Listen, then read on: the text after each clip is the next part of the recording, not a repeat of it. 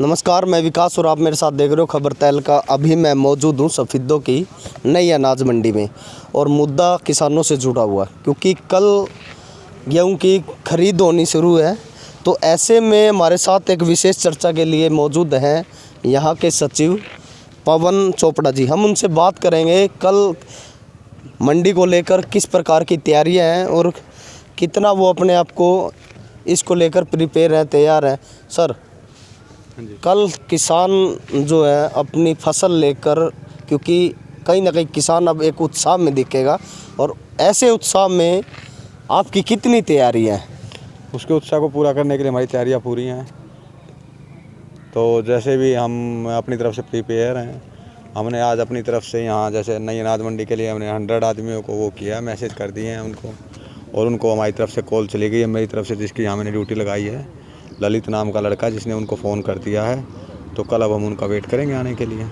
सफीदों की बात की जाए तो सफीदों में कितने खरीद केंद्र बनाए हैं और कहाँ कहाँ खरीद होनी है? सफीदों में हमारे 6 तो एग्जिस्टेड हैं, एक हमारा मेन यार्ड, 5 हमारे परचेज सेंटर।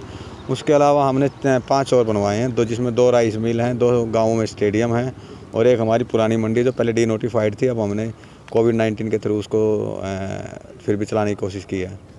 लगभग 11 खरीद केंद्र अभी सफीदों में हो गए हैं, जिनमें पुराने जो खरीद केंद्र थे मैं उनको भी शामिल कर लेता हूं। उनमें जैसे मुआना था, मुआना भी खरीद केंद्र कल से चालू हो जाएगा। इसके अलावा 8 में खरीद केंद्र है, वो भी कल चालू हो जाएगा। और इसके अलावा एचरा में एक खरीद केंद्र था, माल सिवाना में भी खरीद केंद्र था।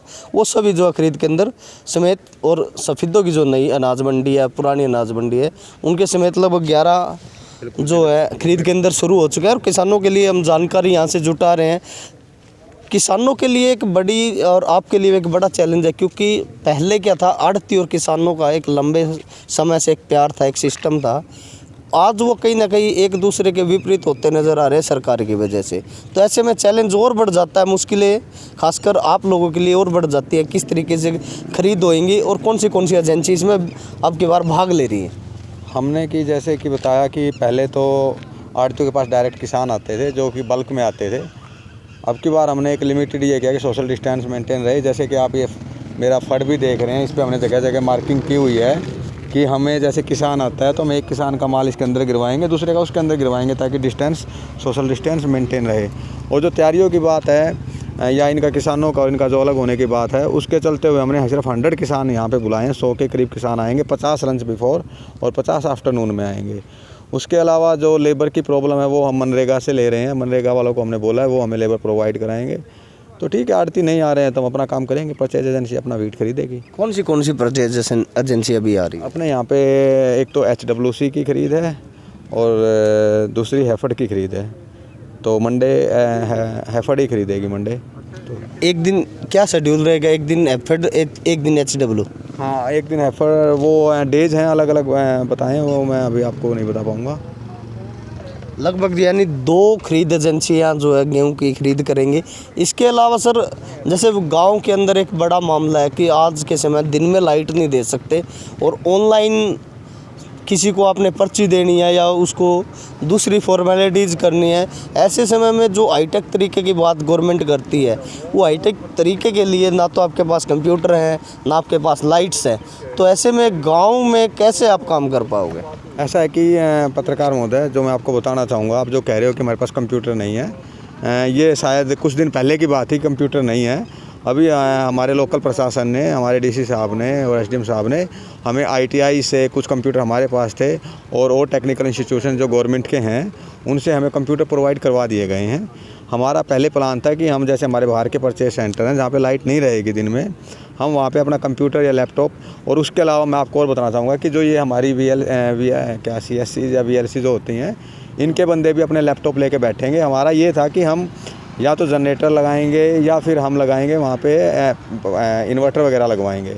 लेकिन अब कल हमारी वीडियो कॉन्फ्रेंस थी हरियाणा की, तो उसमें उन्होंने ये डिसाइड किया कि आप गेट पास मोबाइल के थ्रू भी दे सकते हैं। मोबाइल में आप उनका गेट पास काटिए मोबाइल से, और उसके बाद उसके जो फार्मर्स होगा उसके मोबाइल पे वो नंबर चला जाएगा उसके गेट पास का। अगर वो फिर भी सहमत नहीं है तो आप उसको उसी टोकन की हाथ से पर्ची बना के दे सकते हैं। ये सिर्फ वहाँ पे, लेकिन जहाँ पे हमें लाइट की व्यवस्था करने में प्रॉब्लम आ रही है। खरीद के बाद जैसे कितना अनाज खरीद के लिए आप किसान को लिए अलाउ किया है, कितना किसान लेके आ सकता है वन टाइम? वन टाइम किसान के लिए जैसे कल सपोज है आपका शुभ नाम विकास जैसे विकास रोहिला जी, कल आप ही किसान बन के अगर हमारी मंडी में आते हैं, आपने या तो 1 एकड़ में फसल बोई हो या आपने 50 एकड़ में फसल बोई हो, कल हम आपकी सारी आप जितनी मैक्सिमम ला सकते हैं जो हमारे पास रजिस्टर्ड है उसके हिसाब से हम आपकी सारी फसल लेंगे। ये एक बड़ी कहीं ना कहीं किसान के लिए राहत की बात है।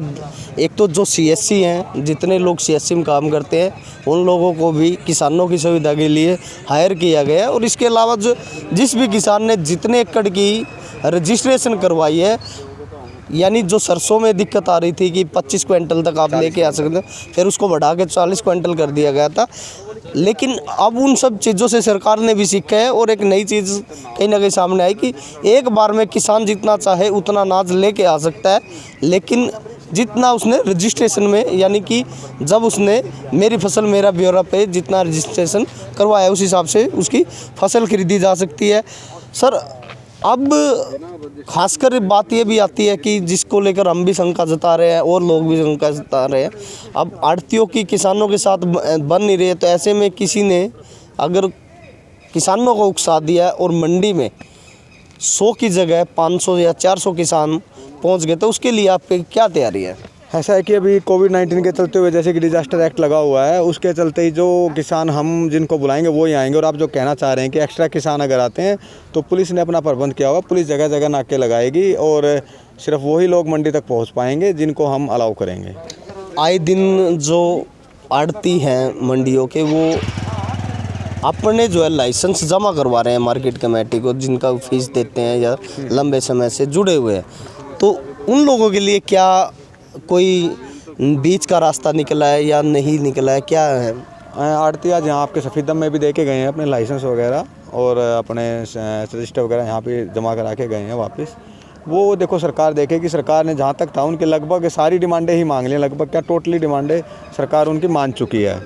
अब उनकी जो जिद लगी हुई है उस पर तो हम क्या करें, हम अपना काम प्रॉपर तरीके से करेंगे। कल यानी जो किसान की उत्सुकता है उस पर आप खरा उतरने का काम करेंगे? हाँ, कल किसान को यहाँ पे हर चीज़ मिलेगी, किसान जो चाहेगा किसान को मिलेगा यहाँ। ये थे हमारे साथ पवन चोपड़ा, जो कि सफीदों के मार्केट कमेटी के सचिव हैं, यानी कि जो किसानों से जुड़ा हुआ विभाग है उसके सचिव हैं।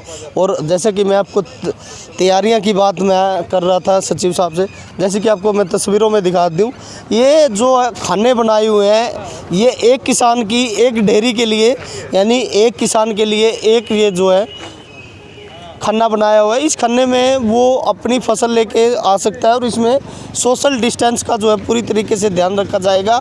और किसान जो है अपनी फसल बेचने के लिए जिस प्रकार से झूमेगा, उसके लिए कहीं ना कहीं पूरा ध्यान रखा जाएगा, क्योंकि सीज़न की पहली फसल कल से जो है उसकी ख़रीदारी होनी है। ऐसे में प्रशासन के ऊपर भी ये दबाव है, कैसे उसको मैनेज किया जाए। हालांकि दावे किए जा रहे हैं कि उनकी पूरी तैयारी है, पूरी ज़ोर से वो तैयार है और किसान को बिल्कुल निराश नहीं होने दिया जाएगा। और उनकी जो आशाएं हैं मंडियों को लेकर खासकर, उन पर वो खरा उतरने का काम करेंगे। लगातार आपको हम जो है कल भी कवरेज दिखाएंगे और आपसे जुड़े हुए मामले को दिखाने की कोशिश करूँगे। और आपको भी चाहिए कि खबर को ज़्यादा से ज़्यादा शेयर करें, ताकि कल हम आपकी आवाज़ को इससे भी ज़्यादा बुलंद तरीके से उठा सके। और आवाज़ आपकी उठाएंगे हम, दम आपका दिखाएंगे हम और मुद्दा आपका तहलका मचाएंगे हम। लगातार तेज़ खबरों के लिए देखते रहिए खबर तहलका।